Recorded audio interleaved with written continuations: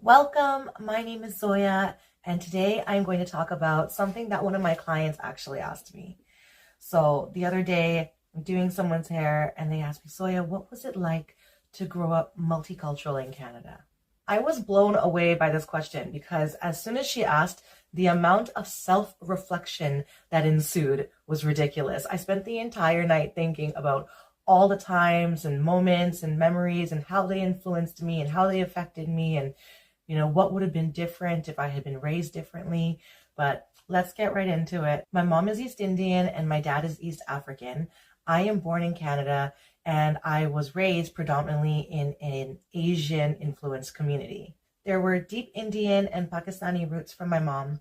My dad had brought in his own little bit of African subculture. He was still Indian African. And then growing up in Richmond, predominantly Asian, so influenced by Chinese, Japanese, Korean, and Filipino culture.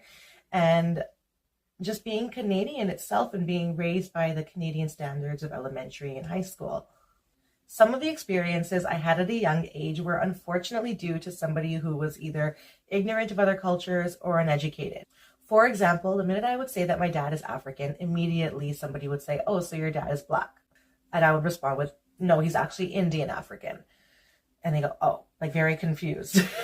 Another example would be if we were learning in classes about, each other's religions. And I would say that I was born Muslim. And somebody in the class would be like, "How are you Muslim when you're born in Canada?"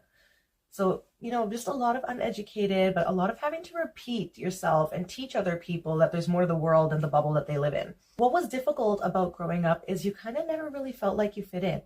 I was too brown for the Canadians, but too Canadians for the Indians. It was a very, very confusing time. I would go out for dinner with relatives to a Chinese restaurant and I'd be the only one that knew how to use chopsticks. Growing up in an Asian community meant that it was cool to be smart. So you were obviously called a nerd by the Canadian kids then. If I went shopping at Indian stores, I would be able to hear them talking about me as the Gori, but they didn't know that I could understand Hindi. So there were some hilarious stories that went on with that. Even if I decided to hang out with other Indian kids or kids from my mosque, it was really hard because my parents, who were a lot more modern thinking, would allow me more freedom than they were ever allowed. This time of raising us was actually really hard on my parents as well, because they were also influenced by their family that they weren't being strict enough on us, but they knew they had to let us assimilate here for us to thrive. Honestly, for most of my life, I felt pretty confused. It's almost like there was too many options for me, too many paths that I could walk, too many directions I could go. Often I felt like I had a lot more experiences than my peers did. I had tasted different food, I had listened to different music, I had gone to different cultural events. So I kind of felt like I was ahead. I didn't really belong in the group that I was growing up with. There were times, especially in my young adult age, where I had a hard time navigating life choices. For example, career-wise, do I make my parents happy or do I choose what I want to do? Of course, we know I chose hair, so I definitely chose what I wanted to do. Growing up very diverse at such a young age benefited me so much. What this did was open my eyes at a very young age to the differences between cultures.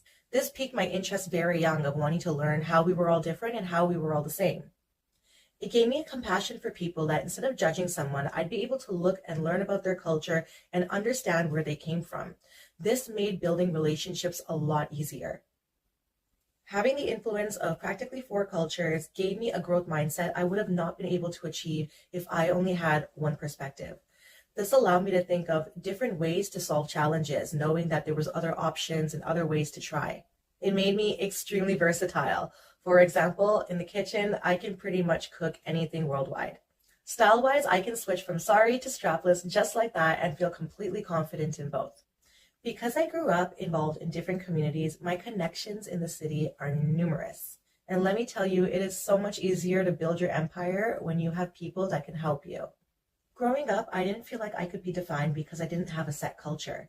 But now I'm able to tell you with full confidence that it's not your culture that defines you. It's your ability to look past it. Thank you guys for watching. You know what to do. Subscribe it, like it. See you later.